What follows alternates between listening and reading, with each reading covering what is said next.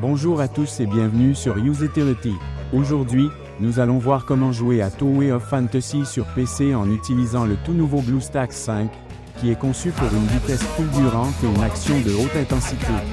Nous pourrons facilement télécharger et installer Tower of Fantasy et profiter du jeu sur notre PC Windows avec un clavier, une souris et un grand écran grâce à BlueStacks 5, qui est l'émulateur Android que nous recommandons pour jouer à Tower of Fantasy. Alors sans plus attendre, passons à l'action. Pour commencer, mes amis, la toute première action à faire est d'ouvrir notre navigateur Internet préféré. Nous avons à l'écran celui que nous utilisons le plus. Rendons-nous à l'URL cliquable que je mets en évidence avec du vert. Vous la voyez à l'écran. Vous n'aurez pas besoin de taper quoi que ce soit, parce qu'il y a vous disposez d'un lien dans la description de la vidéo et dans le tout premier commentaire permanent. Une fois que nous avons cliqué ou double-cliqué sur ce lien cliquable, nous arrivons à cet endroit sur le site internet de BlueStacks qui est, vous l'aurez deviné, l'émulateur pour Android que nous allons utiliser pour jouer à Tower of Fantasy sur PC. Comme vous pouvez le voir ici, l'usage de cet émulateur Android ajoute quantité d'avantages. Contrôle personnalisable, instances multiples, synchronisation de ces instances, macros, scripts, FPS élevés, etc. Nous allons maintenant commencer le téléchargement de Tower of Fantasy en cliquant ou double-cliquant sur ce bouton « Jouer sur BlueStacks » que j'ai surligné avec du vert. Nous cliquons ensuite sur le bouton. À ce stade, le téléchargement débute et finit aussitôt voilà. Le téléchargement s'est achevé avec succès. Il s'agit d'un fichier .exe, un fichier exécutable. Ce que nous allons faire est de démarrer l'installateur. Aussi nous cliquons ou double-cliquons sur ce fichier. Si nous avons un ordinateur sous Windows 10, il nous faudra accorder l'autorisation d'apporter des changements à l'appareil. Nous sommes d'accord donc nous donnons la permission. Je réduis ce navigateur pour bien mieux accéder à l'installateur. Ce logiciel d'install est très basique. Il ne comprend que deux options, installer et configurer le chemin. Je vous explique à quoi sert configurer le chemin. Il suffit de faire un clic de souris dessus. Et là nous remarquons que nous avons ici accès au chemin précis où l'émulateur Android sera situé après installation. Si nous voulons modifier ce répertoire, nous devons cliquer gauche sur ce bouton, sélectionner le chemin, de cette façon. Nous choisissons un autre dossier et installons l'émulateur Android où nous voulons. Je vais laisser l'emplacement par défaut. Je double-clique sur Retour. Par conséquent, je clique une ou deux fois sur Installer. Ça y est, c'est parti. Cette installation a démarré ensuite elle va procéder au téléchargement de ces mégaoctets que vous remarquez sur cet écran. Quand vous le téléchargez, il peut y avoir plus ou moins de MOS. La vitesse pour le téléchargement peut être plus ou moins véloce, en fonction de votre Internet et de la rapidité des serveurs de l'émulateur Android. Aujourd'hui, c'est super rapide. Le téléchargement est terminé, et on passe maintenant à la phase d'installation. Avec BlueStacks 5, vous pouvez même réduire l'utilisation de la RAM en un seul clic. C'est particulièrement utile si vous rencontrez des problèmes de performance. En outre, vous pouvez activer le mode écho pour profiter d'une utilisation du CPU réduite de 87%, d'une utilisation du GPU réduite de 97% et d'un multitâche plus facile. Comme vous pouvez le constater, BlueStacks 5 est conçu pour offrir stabilité et performance lors de longues sessions de jeu. L'installation est déjà terminée pour moi. À présent, cet émulateur pour Android a démarré sans intervention de ma part. Si vous regardez avec attention, dans le bas de cet écran, vous pouvez remarquer la barre de progression qui va avancer et quand elle sera arrivée à la fin, notre émulateur Android sera lancé pour la première fois. En réalité, LCET émulateur pour Android a déjà été démarré.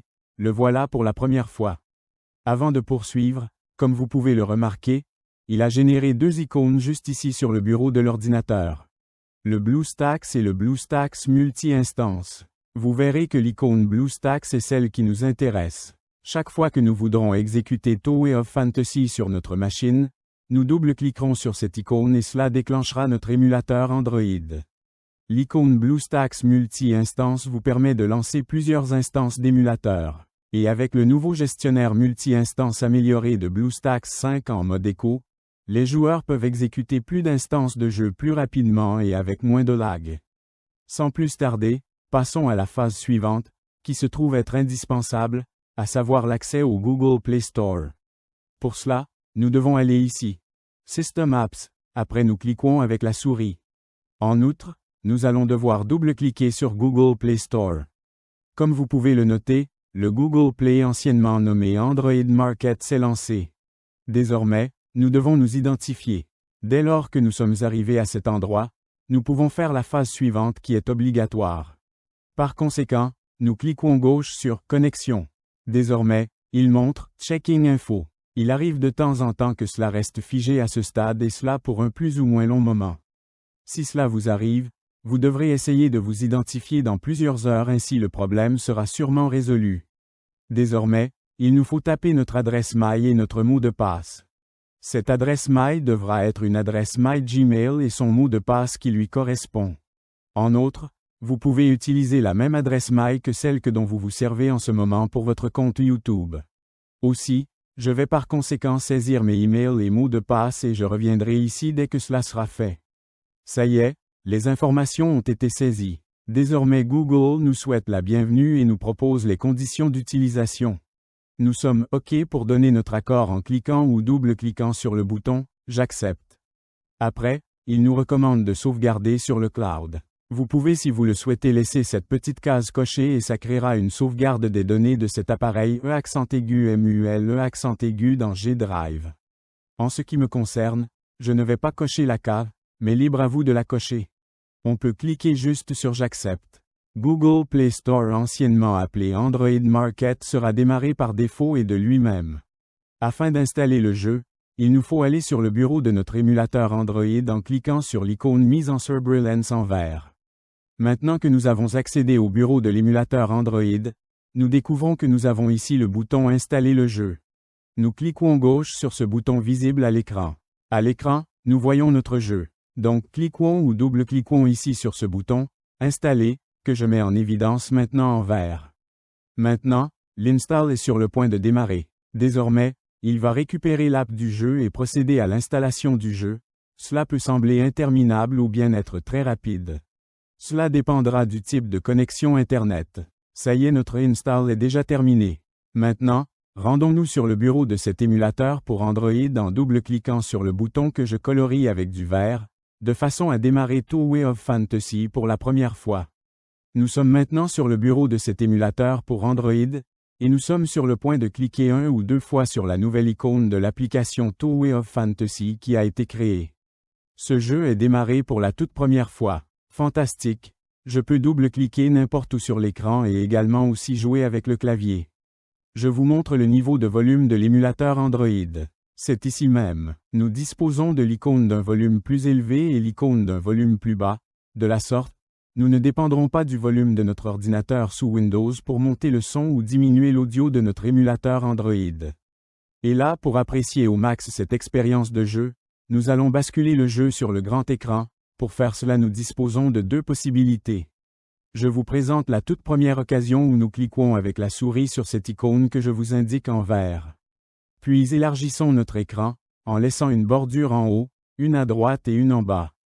Quand on cherche à basculer le jeu ou une application mode plein écran, on clique ou double-clique sur l'icône que vous voyez ici.